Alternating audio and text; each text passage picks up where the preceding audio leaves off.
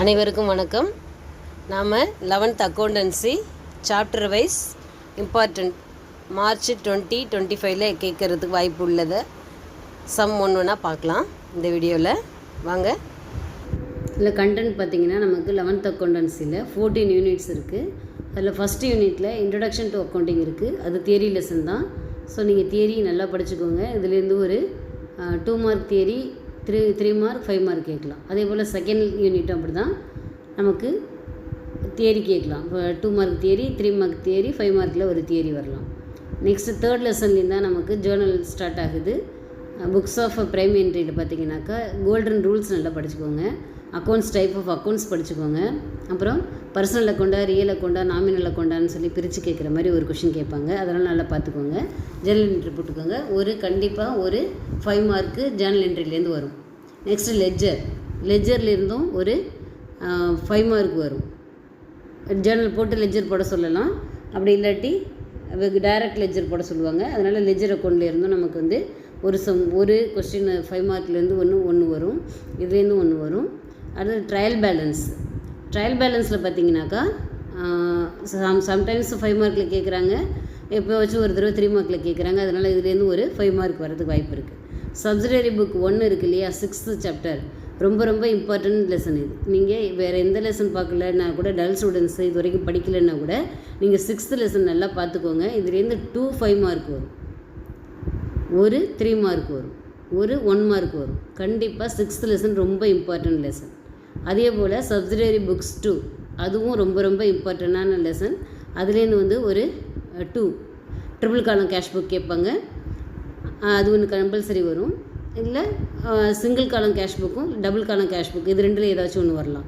இதுலேயும் பார்த்திங்கன்னா 2 5 மார்க்ஸ் வரும், ஒரு 3 மார்க் வரும், ஒரு 2 மார்க் வரும் சம் ஓரியன்டாக.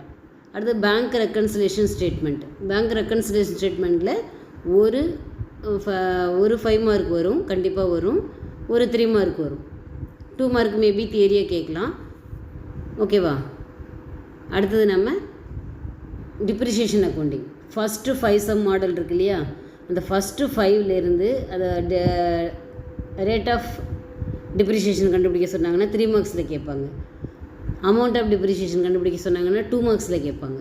கண்டிப்பாக இதுலேருந்து ஒரு 5 மார்க் வரும், ஒரு 2 மார்க்கோ இல்லை 3 மார்க்கோ ஒரு கொஸ்டின் வரும். ஓகேவா? அடுத்து கேபிட்டல் ஆர் ரெவென்யூ இருக்கிறதுலே குட்டி லெசன், சின்ன லெசன். 11 சம் தான் இருக்குது டோட்டலாகவே. 6 1 7 1 தான் அவ்வளோதான் இருக்குது. அதில் பார்த்தீங்கன்னாக்கா கண்டிப்பாக ஒரு 5 மார்க் கேட்குறாங்க. அதுலேருந்து 3 டிரான்சாக்ஷன்ஸ் ஏதாச்சும் கொடுத்துட்டு 3 மார்க்கில் கேட்குறாங்க. அப்படி 2 கொடுத்து 2 மார்க்கில் கேட்குறாங்க. இதுவும் ரொம்ப இம்பார்ட்டண்ட் லெசன் தான். நீங்கள் நான் சொல்லலையே 6th லெசன் பார்த்துக்கோங்கன்னு. 6 5 6 7 அண்ட் 11 பார்த்துக்கிட்டா கூட, அப்புறம் எல்லா லெசனில் உள்ள 1 மார்க் பார்த்துக்கிட்டிங்கனாக்கா கண்டிப்பாக உங்களால் மோர் தென் 40 மார்க்ஸ் எடுக்க முடியும். அதாவது ஃபெயிலுங்கிறதுக்கே வாய்ப்பு இல்லைங்கிறதுக்காக சொல்ல வரேன். ஓகேவா? அடுத்து பார்த்திங்கன்னா ஃபைனல் அக்கௌண்ட்ஸ்லேருந்து ஒரு 2 மார்க்கு 3 மார்க்கு 5 மார்க் வரும். எல்லாத்துலேயும் 1 2 மார்க் 3 மார்க் 5 மார்க் 1 வரும். இதுவும் ரொம்ப இம்பார்ட்டண்ட்டான லெசன். நல்லா படிச்சுக்கோங்க. நெக்ஸ்ட்டு ஃபைனல் அக்கௌண்ட்ஸ் 2ல் பார்த்திங்கனாக்கா இதுலேயும் இந்த ஃபஸ்ட்டில் அட்ஜஸ்டிங் என்ட்ரி கேட்டிருப்பாங்க, 2 சம் இருக்கும். அதே போல் இல்லஸ்ட்ரேஷன்லேயே 2 சம் இருக்கும். இது 4 சம் நல்லா பார்த்துக்கோங்க. 4 சம்மில் இருந்து ஏதாச்சும் ஒரு சம் கேட்பாங்க, 5 மார்க்கில் கேட்பாங்க. அப்படி இல்லாட்டி அதுலேருந்து 3 கொடுத்து 3 மார்க்ஸில் ஒன்று கேட்பாங்க. இதுலேருந்து ஒரு 5 மார்க் பெரிய சம் வரும். அதாவது அட்ஜஸ்ட்மெண்ட்லாம் வச்சு நீங்கள் ஆட் பண்ணுறது, லெஸ் பண்ணுறதுலாம் போடுற மாதிரி ஒரு சம் கேட்பாங்க. அப்புறம் ப்ராஃபிட் அண்ட் லாஸ் அக்கௌண்ட் மட்டும் போடுங்க, இல்லை பேலன்ஸ் ஷீட் மட்டும் போடுங்க, இல்லைன்னா ட்ரேடிங் அக்கௌண்ட் மட்டும் போடுங்கன்னு சொல்லிட்டு ஒரு 2 மார்க்கோ 3 மார்க்கோ கேட்கலாம். இதுவும் ரொம்ப இம்பார்ட்டண்ட்டான லெசன் தான். லெசன் நம்பர் 14 பார்த்தீங்கன்னாக்கா இதுலேருந்து கம்பல்சரி சம் கேட்கலான்னு எதிர்பார்க்குறேன். ஏன்னா நமக்கு 12th லாஸ்ட் லெசன்லேருந்து தான் 40வது கொஷினுக்கு கேட்டிருந்தாங்க. எப்படி நமக்கு அதே போல் ஏதாச்சும் ஃபார்முலாஸ் கொடுத்து அது கேட்கலாம். ஃபங்க்ஷன்ஸ்னு இருக்குது. எம்எஸ் எக்ஸல் எப்படி ஓப்பன் பண்ணுறதுங்கிற போது எம்எஸ் எக்ஸலில் ஒர்க் பண்ணக்கூடிய ஃபார்முலாஸ் இந்த 14th லெசனில் இருக்குது. இந்த ஸ்டூடெண்ட்ஸ் எக்ஸாம் நல்லா எழுதுங்க. ஓகே, ரொம்ப இம்பார்ட்டன்ட் லெசன். திரும்ப ரீகால் பண்ணுறேன். ஜஸ்ட்டு நீங்கள் ரொம்ப டல் ஸ்டூடெண்ட்ஸு 5 6 7 டிப்ரிஷியேஷனில் ஃபஸ்ட்டு ஒரு 5 சம் பார்த்துக்கோங்க, கேபிட்டல் ரெவென்யூ. ஓகேவா? 12th லெசன்லேயும் அதே போல் ஃபஸ்ட்டு ஒரு 5 சம் பார்த்துக்கோங்க.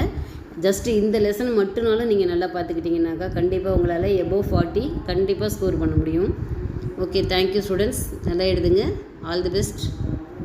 தேங்க்யூ.